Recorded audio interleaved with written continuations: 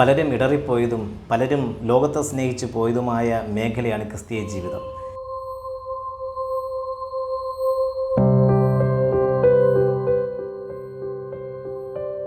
ഇവിടെ പത്രോസ് 2-ാം ലേഖനം എഴുതുമ്പോൾ പറയുന്നൊരു പദമുണ്ട്.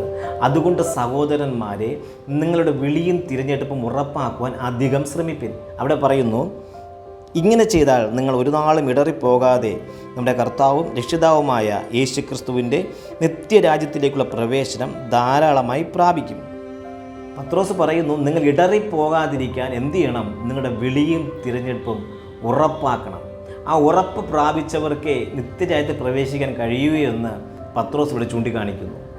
ഇവിടെ അനേകർ തെന്മാറിപ്പോയ മേഖലയാണ്, ഇടറിപ്പോയ മേഖലയാണ്, വിശ്വാസം ത്യജിച്ചുപോയ മേഖലയാണ്. ആ മേഖലയിൽ പ്രിയരെ നിലനിൽക്കണമെങ്കിൽ അവനവൻ്റെ വിളിയും തിരഞ്ഞെടുപ്പും അധികം ഉറപ്പാക്കണം.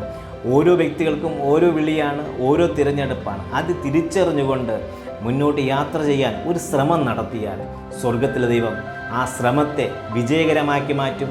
വിശ്വസിക്കുക, ദൈവം സഹായിക്കും. God bless you.